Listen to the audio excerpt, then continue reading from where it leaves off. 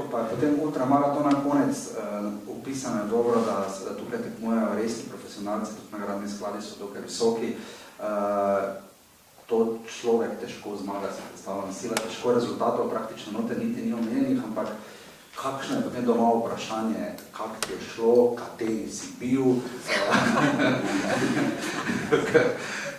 koliko je žuljev, kakšni so bili copati. To so bili na začetku ta vprašanja. Zdaj je včasih užaljen, ker se samo pojavi doma, pa sploh se nič ne spremeni. Ja, potem me ne pričaka.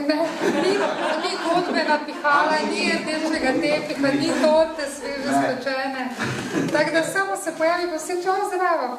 Je zdaj odvisno, na teh res takih tekmovanjih so denarni skladi zelo visoki, tu so pač profesionalni tekači, ki imajo za sebo te sponzore, kot so pač proizvali te opreme, pa prehrane, tako naprej.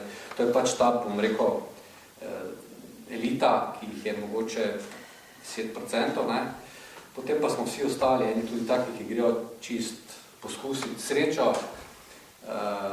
do takšnih resnih rekreativcev. Zdaj jaz imam srečo, mogoče od 6 let nazaj, ko sem prišel v to kategorijo 50+, pa zgleda, da sem v tej kategoriji kar dober, ker lani sem imel zelo uspešno sezono, sem bil zmeraj na prvih 3 mestih, ne, in sem nekako rekel, da bom letos zaključil kariero tekmovalno, ampak mi je ostalo, ker to dobiš denarne nagrade, ki pa jih ne dobiš tako v koverti, ampak se ti nekje nalagajo kot nek bonus in lahko izkoristi samo... Tako v tušu, pa lilo. Ja, tako da lahko samo kot štartnino, ko to porabiš, tako da letos upam, da je res zadnjič, ker sem zelo začel uživati v teh nekih, ko gremo s šacijem na Pohorje, pa imamo časa 5 ur in ne vem, kam grem, samo vem, da imam 5 ur in sploh ne razmišljam, kam bomo tekla, kje bomo se zastavili.